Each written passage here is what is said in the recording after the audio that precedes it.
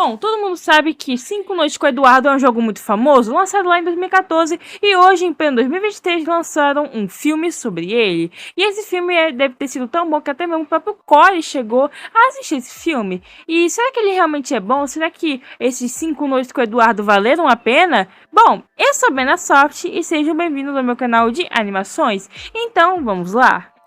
Essa é a história de Michael Smith, um cara esquizofrênico que é sempre demitido do seu emprego. Como? Muito simples. Michael estava no seu dia de trabalho, ele era apenas um segurança de shopping, quando ele vê uma criança sendo levada, e ele simplesmente soca o cara. Só que ele é apenas um pai de um menino. Então, após ele ser demitido, ele percebe que foi demitido de muitos empregos por causa da sua esquizofrenia e seus remédios não adiantavam. Então, é que ele possa trabalhar no mínimo por uma semana, porque nem uma semana o cara conseguiu sem poder espancar alguém na rua, ou lutar contra o visível, ou até mesmo conversar sozinho, ele fala o seguinte, cara, como tu é literalmente um cara que eu deveria te mandar pro hospício, vamos te mandar para um turno da noite numa pizzaria abandonada. Daí de início ele recusa, mas para que o filme não termine, ele aceita. Então nós percebemos que a relação dele com a sua irmã era péssima, não se sabe o porquê. E daí, né, nós conhecemos a personagem mais chata desse filme, que é uma loura oxigenada, uma Karen basicamente, que fala que, ai, ela é muito estranha, ela só desenha, ela daqui a pouco vai virar menina órfã, ela é muito estranha pelo fato de que ela desenha. E também porque eu já disse que ele é um esquizofrênico, então ela quer tomar a guarda da criança e fazer com que o Michael seja morto ou até mesmo preso. Mas como eles não têm provas, eles basicamente tentam armar um plano para que ela possa ficar com a guarda da garota. Então o Michael Afton, ao invés de se internar no hospício, ele vai trabalhar à noite. E quando ele chega à noite, ele vê que os animatrônicos estavam em perfeito estado e o restaurante um lixo. Então ele vai lá, bota uma musiquinha triste e vai dormir. Até porque, cara, nesse filme ninguém ataca ele na primeira noite. Eu entendo que primeira noite não acontece muita coisa, mas para poder dormir realmente foi uma delícia. Certamente deve ser um emprego que todo brasileiro gostaria de ter. Então ele acaba tendo um sonho, e nesse sonho nós vemos que o seu irmão Jeremy, na verdade, foi sequestrado na infância. Então ele é perturbado, tem esquizofrenia por conta daquilo. Ele teve seu irmão sequestrado e ele se tornou basicamente um protagonista rude por conta daquilo. Então ele acorda e deu às 6 da manhã. Então ele vai embora, tenta conversar com a sua irmã, porém de novo eles brigam. Então a gente conhece mais a Max, sendo que ela era a babá que não faz nada, só fica olhando a televisão. Então a véia fofoqueira, fumante, decide fazer um plano para acabar com o Michael. Então ela simplesmente chega com um advogado gordo que simplesmente não queria nem estar lá, ele no mínimo foi ameaçado por ela. Então o gordinho e a babá decidem fazer um plano. E esse plano era ferrar com o restaurante e culparem o Michael. E logo logo nós conhecemos uma personagem muito importante nesse filme. Por enquanto nós vemos que todo mundo vai quebrando a pizzaria, roubando o que tem de valor, no caso nada. E então o Eduardo acorda. Então todo mundo acorda na Freddy Fazbear para atacar. E então a Tika aparece na cozinha, matando o primeiro meliante. O segundo meliante é morto pelo Bonnie e o último é morto pelo Foxy. Então nós vemos uma personagem chamada Vanessa, que para quem não sabe, ela é uma personagem aparecida lá em Security Breach. Na segunda noite nós vemos que a Vanessa é uma policial que alerta sobre o Michael, sobre a pizzaria. Porém ela não diga nada muito importante, ela fala o seguinte: cara, vai se internar, seu maluco. Aí ele fala, tô indo. Tá indo aonde, maluco? Então, ela simplesmente fala que é melhor tomar cuidado e ter o seu distintivo. Então, né, depois daquela noite que todo mundo é morto, no caso dia, porque eu falei noite, não sei, ela decide simplesmente dar um sermão na cara do Michael por ele não ter fechado a pizzaria direito. E beleza, por que ele não simplesmente fez isso? Bom, basicamente o Michael, como a gente sabe, ele tem problemas de sono, porque ele joga muito jogo de LOL e acaba não podendo dormir à noite. Então, né, ele acaba tendo sonhos sobre 5 crianças, junto com aquele sonho que ele tinha sobre seu irmão ter sido sequestrado. E um deles era o Gabriel, que para quem não sabe, é a alma que possui Freddy. Michael tenta conversar com Freddy, porém ele não dá muitas respostas. Então, né, nós vemos que depois daquilo tudo, vamos para os pontos que mais interessam. Como, por exemplo, o ponto de que a Vanessa ela e o Michael conversam sobre o que aconteceu, e principalmente pelo fato de que para todo mundo o Michael era louco.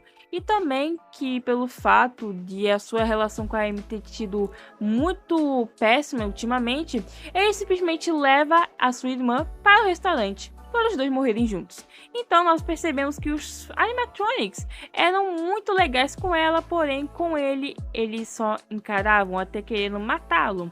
Então a gente percebe que nos sonhos dele alguma coisa acontecia. Primeiro que ele levava uma facada do gancho do Foxy, no outro que o Freddy simplesmente o ignorava, e também nós temos a seguinte frase: o Freddy, naquele último sonho que ele tem, ele quer a sua irmã.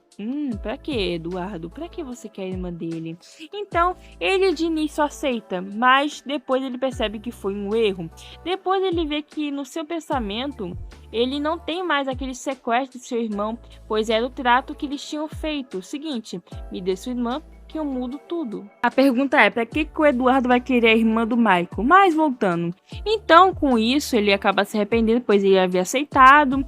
E por que eles vão querer a irmã do Michael? Bom, basicamente, os animatronics, eles não possuem as almas das crianças, eles são controlados, ou seja, eles têm corpos de crianças, porém são controlados pelo William Afton. Ou seja, ao invés deles odiarem o William Afton, eles são controlados pelo William Afton, algo que é muito diferente dos minigames e dos jogos de FNAF. E a personagem Vanessa, ao invés dela ser uma personagem que daria muito valor para a série, basicamente ela é só uma loirinha que tem medo de tudo, e ela podia ter simplesmente contado a história toda, mas simplesmente ficou calada com medo, e por algum motivo a gente tem uma cena em que ela fala que ela é filha do Homem de Roxo, e nós vemos que o Michael não é filho do Homem de Roxo, no caso o William Afton. Essa história é bem confusa, eu acho que esse vídeo tá bem confuso, então se você entendeu algo, parabéns, você é um gênio. Eu não comentei isso antes, mas no início do filme nós tivemos um segurança tentando fugir de algum animatronic, que é o Foxy, e a gente vê como é colocado a máscara de Freddy nos funcionários, e é isso que eles tentaram fazer na Amy e principalmente no Michael. E nós percebemos que tem várias diferenças sobre Sister Location, como as Spring Locks, e principalmente usando esqueletos. E também, né, uma coisa que eu não citei é que o cupcake da Chica sai, referência a FNAF 4. Mas voltando, quando o William Afton aparece, nós descobrimos que foi ele que sequestrou o Jeremy, que é, né, o irmão do Michael. Então, né, acontece uma luta final que é porradaria, pancada, e daí a Vanessa chega dando um tiro no William. E aí o William, ele começa a botar medo na segunda protagonista, e no final a gente vê que ele é morto pelas Springlocks. E após isso ele fala essa famosa frase que ele irá voltar. Então a gente vê que ele acabou matando também a Vanessa, e então a Vanessa vai direto para o hospital. Enquanto isso, o Michael ele se pede desculpas por não ter sido irmão bom, e daí temos aquela redenção de herói clichê.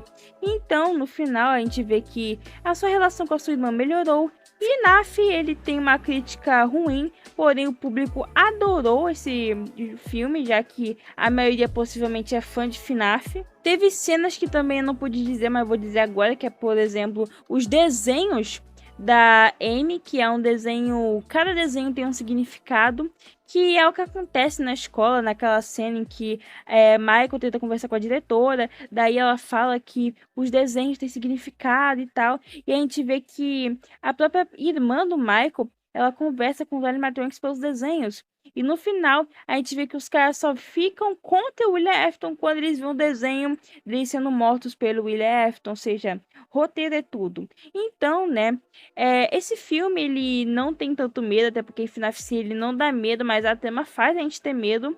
Ele é um filme que teve muita referência aos outros FNAF, como por exemplo o 3, o 2, e principalmente no final, que temos a música do FNAF 1, e também as frases que o FNAF 2 nos aborda pelo Freddy, como salve ele, nos salve. E pra fechar, eu considero que FNAF merece pelo menos um 4, porque ele não foi tão fiel. Eu acredito que ele podia ter colocado a Mordida de 87, poderia ter colocado mais referências em FNAF, porém ele é um filme que foi bem atrativo, o começo é muito bom, mas eu acho que ele foi se perdendo ao longo do tempo. Mas e você, qual é a sua opinião sobre FNAF? Você acha que os críticos estão certos, que o público está certo, que FNAF realmente merecia essa bilheteria, merecia esse tanto de fama que ele merece hoje? Me diz aí. Mas é isso, galera. Obrigado por tudo.